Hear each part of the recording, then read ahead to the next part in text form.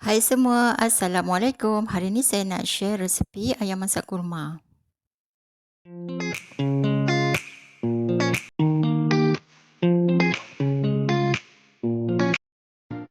First sekali kita sediakan 2 ulas bawang putih, 1 biji pembesar dan 2 inci halia, dan kita tumbuk sehingga lumat. Bahan lain saya gunakan 4 sudu besar serbuk kurma, campurkan dengan sedikit air.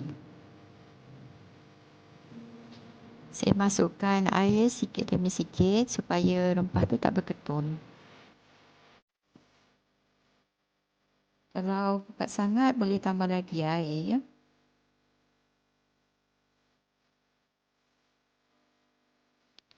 Okey, bila rempah dah jadi macam ni, kita ketepikan dulu. Hidupkan api sederhana besar, masukkan minyak masak dan biar minyak tu panas. Kemudian masukkan rempah 4 sekawan. Masukkan setangkai daun kari, 1 biji bawang besar yang telah diiris dan tumis sehingga wangi.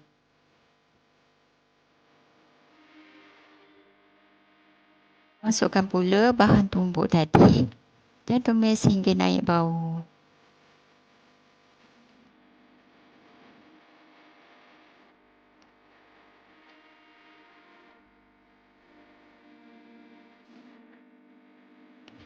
Masukkan serbuk kurma yang telah dibancuh dengan air tadi. Kita tambahkan sikit air lagi dan tuang.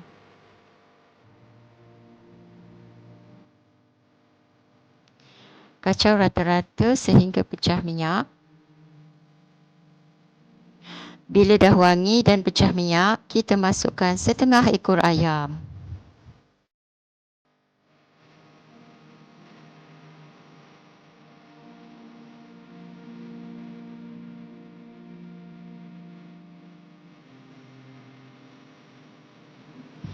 Kacaukan rempah bersama ayam sehingga rata.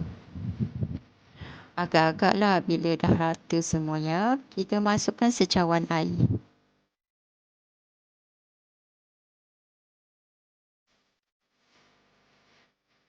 Dua cawan santan cair. Masukkan lobak. Kentang yang telah dipotong dadu.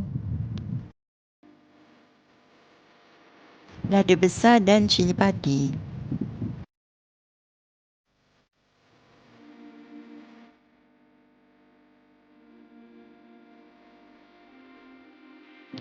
Kemudian campurkan 3 sudu besar air asam jawa. Kacau-kacau sampai rata. Kita tutup periuk dan biarkan ayam tu sehingga betul-betul masak. Bila dah masak tu, kita buka periuk dan kita masukkan setengah kotak santan pekat. Tak berapa banyak lah. Kacau rata lagi. Jangan lupa letak garam secukup rasa. Kacau-kacau sekejap, dah siap. Tutuplah api.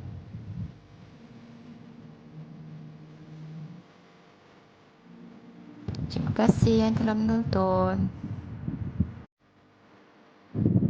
Kalau suka bolehlah tabur daun ketumbar sikit atasnya. Okey, siap. Bye. Assalamualaikum.